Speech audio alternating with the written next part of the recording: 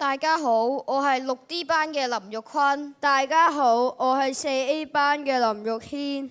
細佬，新年快樂！你估下廣東過年最熱鬧嘅聲音係乜嘢？一定係炮竹聲同埋咚咚咚咚嘅鑼鼓聲。冇錯，我哋廣東醒獅係新年唔可以缺少嘅吉祥物。獅子會去每家每戶拜年，表演採青，即係採一顆生菜，寓意生生猛猛，財源廣進。原來生菜有呢個意思，但係我見到有獅子會跳上高高嘅木樁，好勁，咁又代表咩意思？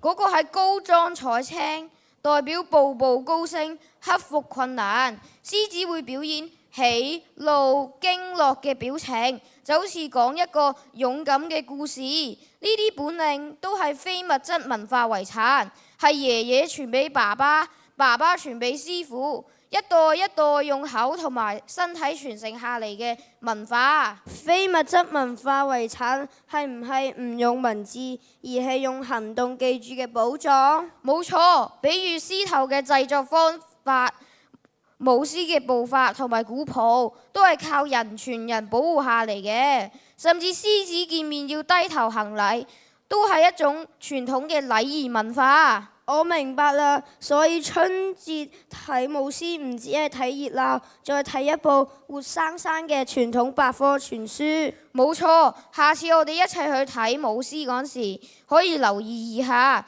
獅子嘅顏色，紅色代表喜慶，黃色代表吉祥。鼓聲嘅節奏輕快係開心，沉重係緊張。採青嘅方式，地上、門上、莊上，每種都有幸福嘅意思。好，我哋將呢啲會跳會叫嘅非遺寶藏傳下去，讓每年嘅春節都有醒獅陪我哋一齊大吉大利，學業進步，守護傳統，讓醒獅精神代代相傳。多謝大家。